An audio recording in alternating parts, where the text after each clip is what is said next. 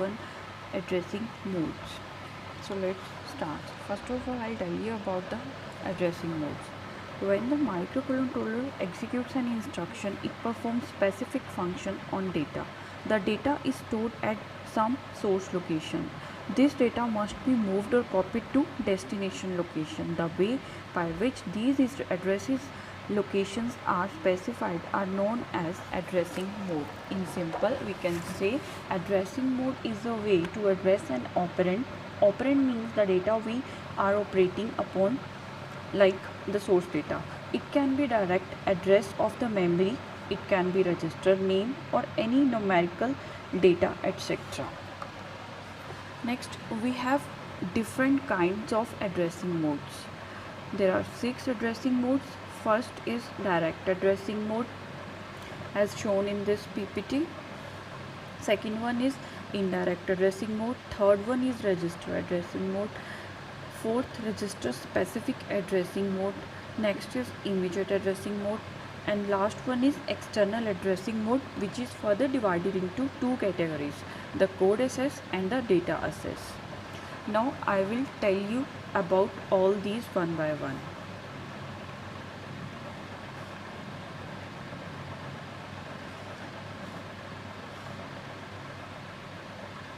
So first of all, I will explain about direct addressing mode.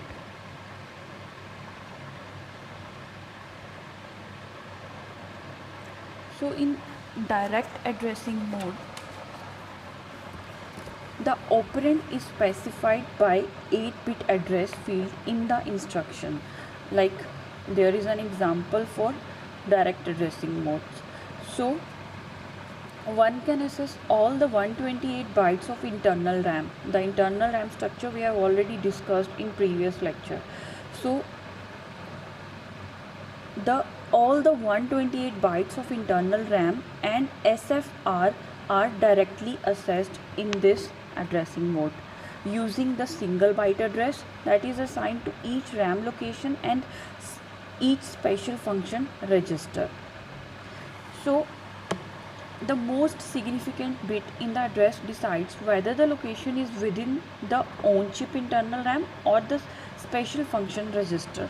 Like we have already discussed about MSB, like if we have MSB, it is equal to 0, then the location is within on-chip internal RAM. If MSB is 1, it will be in the special function register, that is SFR. The internal RAM uses addresses from 00 to 7FH to address each byte. The SFR, the addresses for this SFR is 80H to FFH. So for example, we have instruction move A, 40H. It means it copy the data from address 40H into register A, this accumulator. Okay. In another example, the instruction is move R0, 14H. It means it copy the contents of memory location 14H to register R0 of the selected bank. In this way, the direct addressing mode will work, and the examples are shown here. Next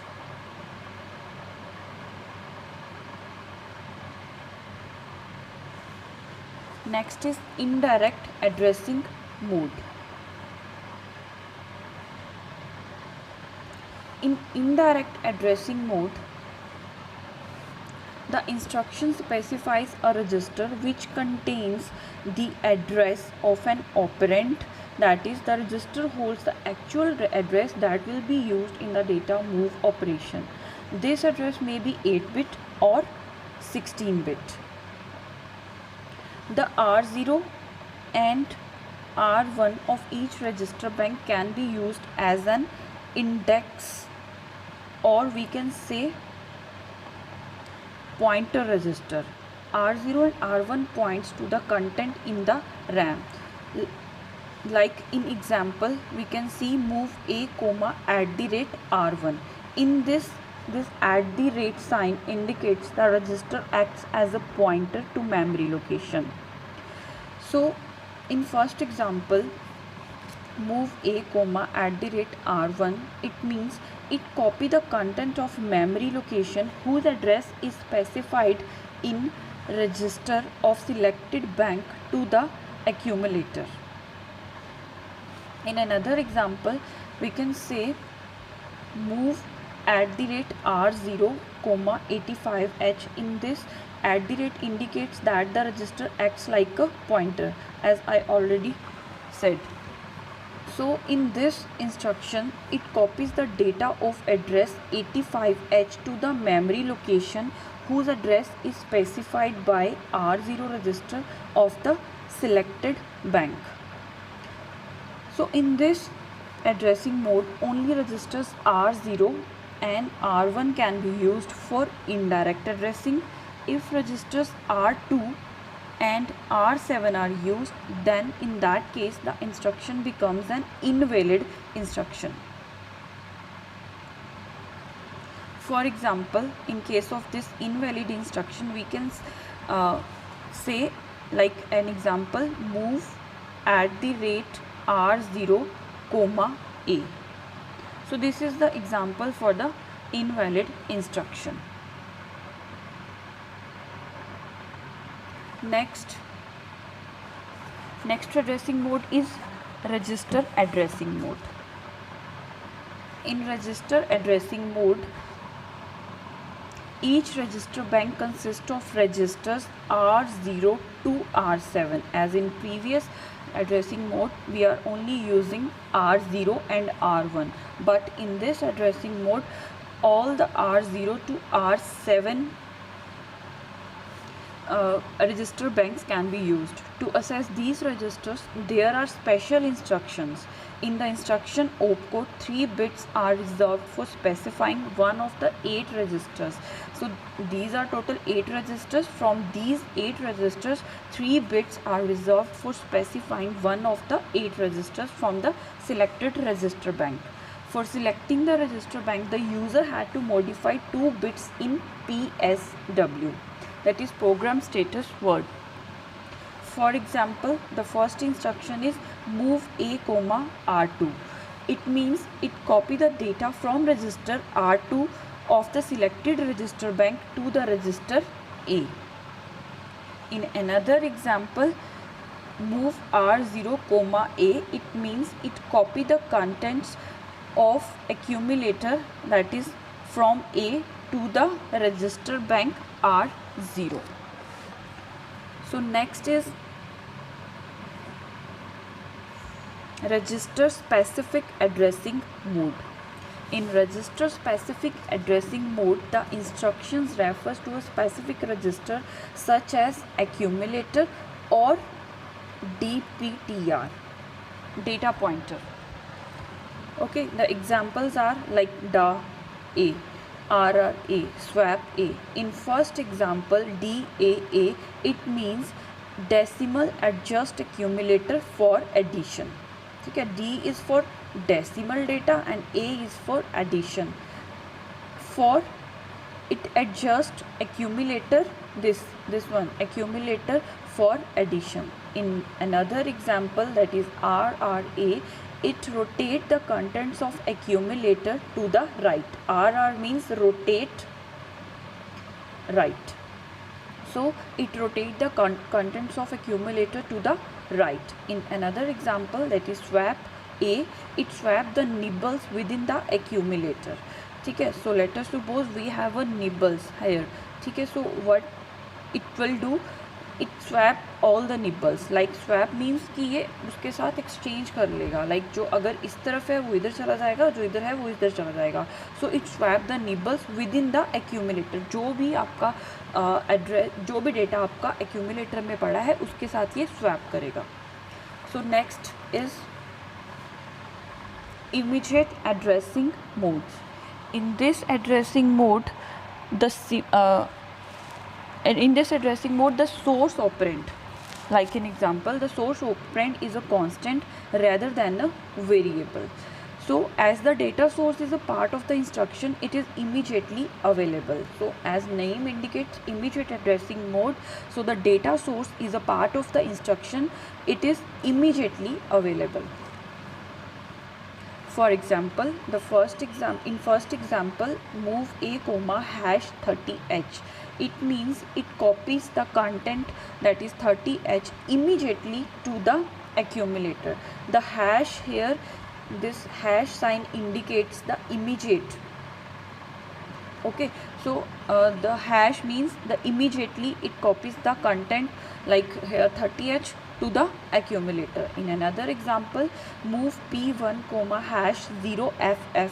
It means it copy ffh, this data, immediately to the port 1. p1 here is the port 1. In third example, move dptr comma hash 1234h. It copies 1234h immediately to the data pointer, that is dptr. So in this way all these modes can be worked. Next and the last is external addressing mode.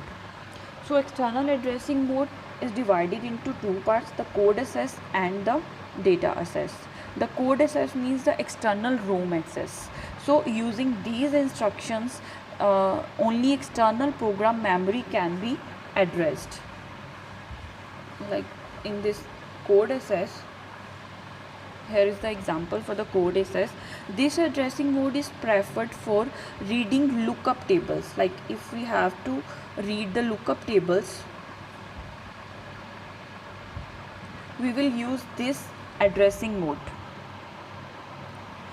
Either the dptr or program counter can be used as a pointer. So dptr or the program counter can be used as a pointer in this code access or external ROM access addressing mode. For example, move ca comma @ a plus dptr. In this instruction, it means the instruction will load the accumulator with the byte from program memory. The byte from program memory is fetched from sum of unsigned 8-bit accumulator contents and contents of dptr. Okay, like it shows in this example. Next is data access. Using this addressing mode, the programmer can access external data memory. So as the name indicates, these are the external addressing modes. So in this addressing mode, the programmer can access the external data memory. For example, move x @ r0, a. It means this instruction will copy the data from accumulator to the external memory location whose address is given by the R0. Using the register R0 or R1, the programmer can access external data memory from locations 00h to FFH. To access the memory beyond this, dptr is used. So to perform all these tasks or to perform this memory, we have to use dptr. So this is all about the addressing modes. In next lecture, we'll discuss about the data transfer instructions. Thank you.